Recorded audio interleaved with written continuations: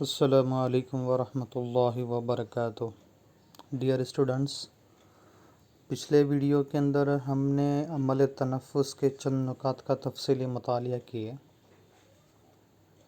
عمل تنفس میں اگلا پوائنٹ ہے فیرنگس، جسے اردو میں حلق کہا جاتا ہے۔ حلق نیزل کیویٹی کے بعد والا حصہ ہے جو آپ لوگوں کو ڈائیگرام میں دکھائی دے رہا ہے۔ حلق کو اور فیرنگس کو 3 حصوں میں ڈیوائڈ کیا گیا ہے، تقسیم کیا گیا ہے۔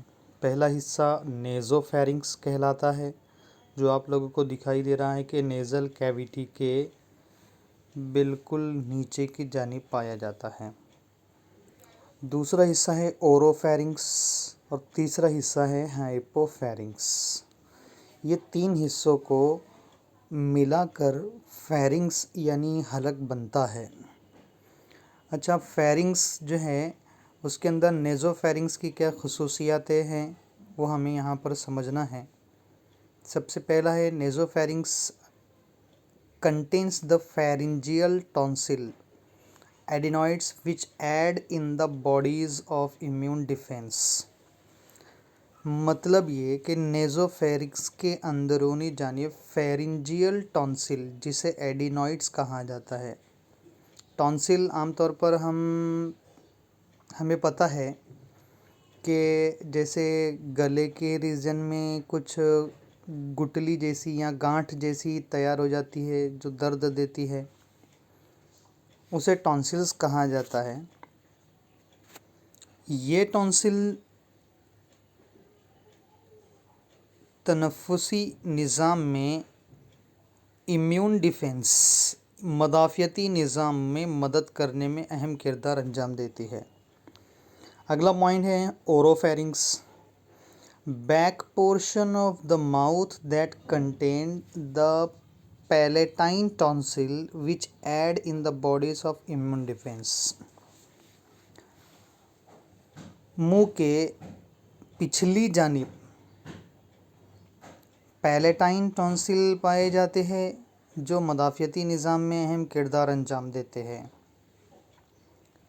اس کے بعد آخری جو پوائنٹ ہے لیرنگو فیرنگس، یہ حلق کا تیسرا حصہ ہے جو نچلے حصے میں پایا جاتا ہے۔ جیسے اس کی خصوصیت ہے bottom section of the pharynx where the respiratory tracts divide into the oesophagus and the larynx. Laryngopharynx یہ حلق کا آخری نچلا حصہ ہے جو تنفسی راستے کو 2 مختلف راستوں میں تقسیم کرتا ہے۔ جیسے ایسوفیگس یہ غذائی نالی والا حصہ ہے اور دوسرا ہے لیرنگس جسے ہم نرخرا کہتے ہیں جو تنفسی راستے کا ابتدائی حصہ ہے۔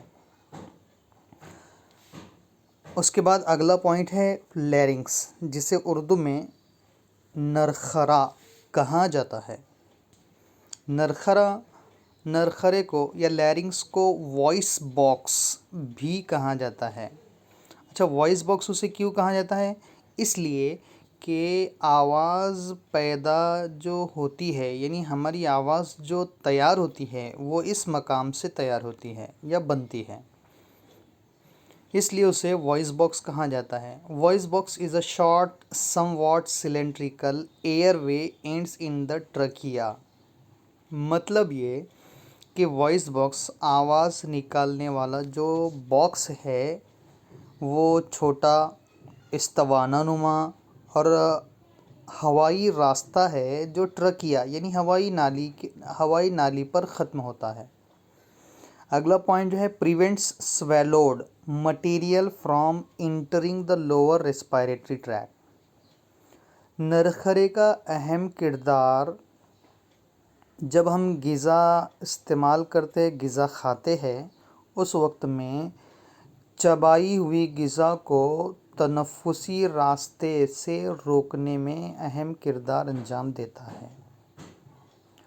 Conduct air into the lower respiratory tract, ہوا کو تنفسی راستے میں حاصل کرنے میں اہم کردار انجام دیتا ہے۔